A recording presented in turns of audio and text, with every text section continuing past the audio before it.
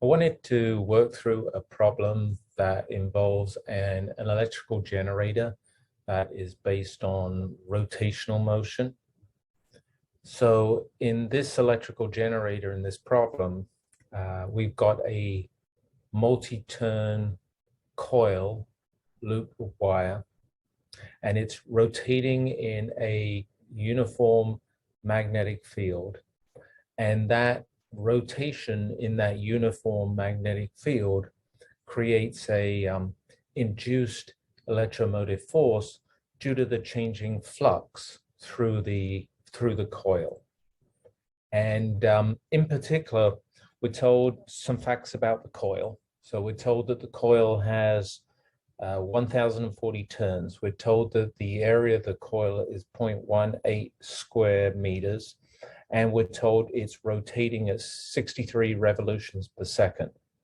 And then we're told that this coil of this size, this number of turns, this rotation is in a magnetic field that is 0.19 Tesla. And from that information, we're asked to figure out the maximum induced EMF, electromotive force in the coil, and the orientation of the coil in the magnetic field when that maximum induced EMF occurs. So what I'm going to do first is just make a sketch of the problem, the coil rotating in the magnetic field, annotate the sketch with the information we know, and then I'll start solving for the maximum induced EMF.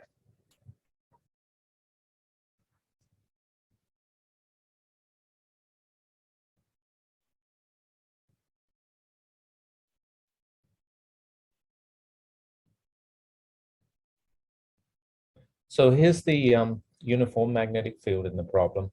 We could imagine there's a north pole over on the left, a south pole over on the right, and there's uniformly spaced field lines from the north pole to the south pole. The strength of the field is 0.19 Tesla.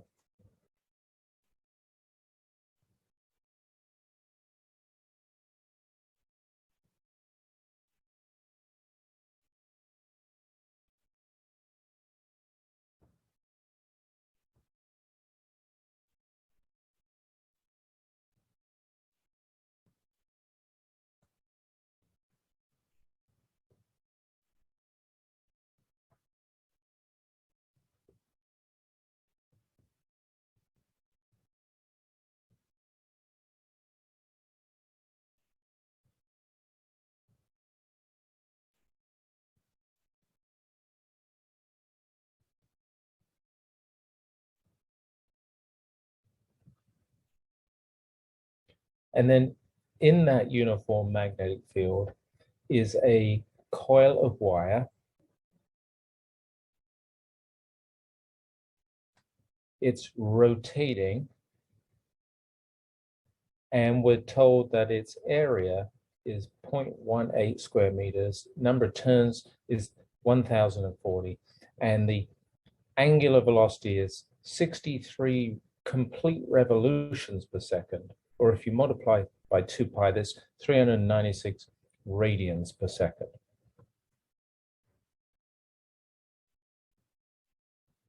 Okay, so here's my solution to the problem. I started in solving for the maximum induced electromotive force. I started with the following equation for the induced electromotive force on a coil rotating in a uniform magnetic field. So this induced electromotive force, epsilon, over here on the left, is due to a changing flux, magnetic flux through the coil. And this expression here, involving N, B, A, and omega, is the rate of change of the flux through a rotating coil in a uniform magnetic field. You see, it depends on the number of turns of the coil the magnetic field is rotating in, the area of the coil, and how fast or slow it's rotating. The sine omega t, just think of that as a function of time that varies from 1 through 0 to -1 and back to 0 to 1 again. and it describes the time dependence or time evolution of the induced EMF. But here we're just interested in the maximum. The maximum induced EMF occurs when the sine omega t function is 1. And that's when, for example, the coil is at an angle omega t of 90 degrees. I'll come back to that later. Anyway, for now, I just plugged in sine omega t equals 1. That gives me the maximum induced EMF. And it's just the product of these four quantities. The number of turns, something we know, is 1040. The magnetic field, something we know, and it's 0.19 Tesla. The area, something we know, is 0.18 meters squared. And finally, the angular velocity, also something we know.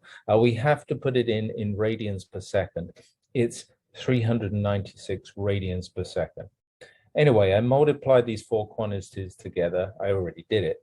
It comes out to be 14,100 volts or 14.1 kilovolts. So that's the answer to the first part of the question. What is the maximum induced EMF? The second part of the question asks, what is the orientation of the coil in the field? So the relative orientation between the coil and the field when you get this maximum induced electromotive force. To answer that, I thought I'd just sketch out for you actually two orientations. The upper one here is the orientation when you get the maximum induced electromotive force. And the bottom one downstairs here, this is actually when you get zero induced electromotive force. So the electromotive force is varying, changing as a function of time, and it varies between the maximum and the zero. And so these are the orientations that correspond to those special cases of maximum electromotive force and zero electromotive force.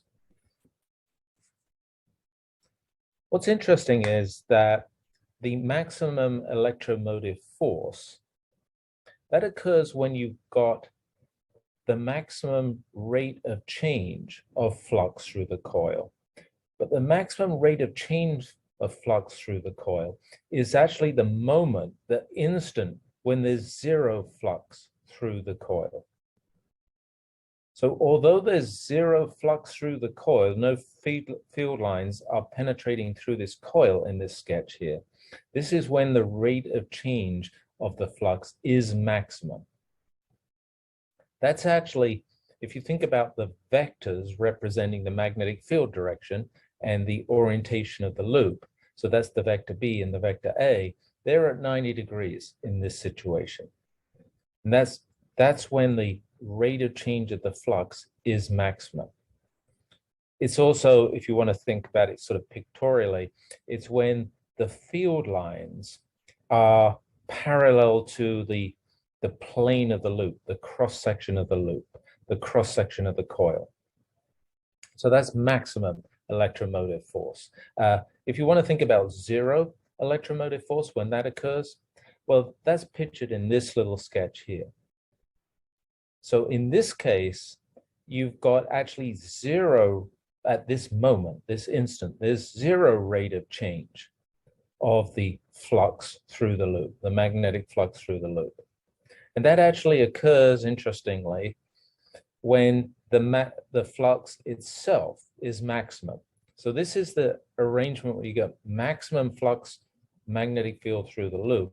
But at that moment, that instant, that flux is not changing. So there's no induced EMF. This is when the magnetic field vector, B, and the area vector, A, describing the loop, when those two vectors are parallel to one another. So that's the configuration that creates zero induced EMF.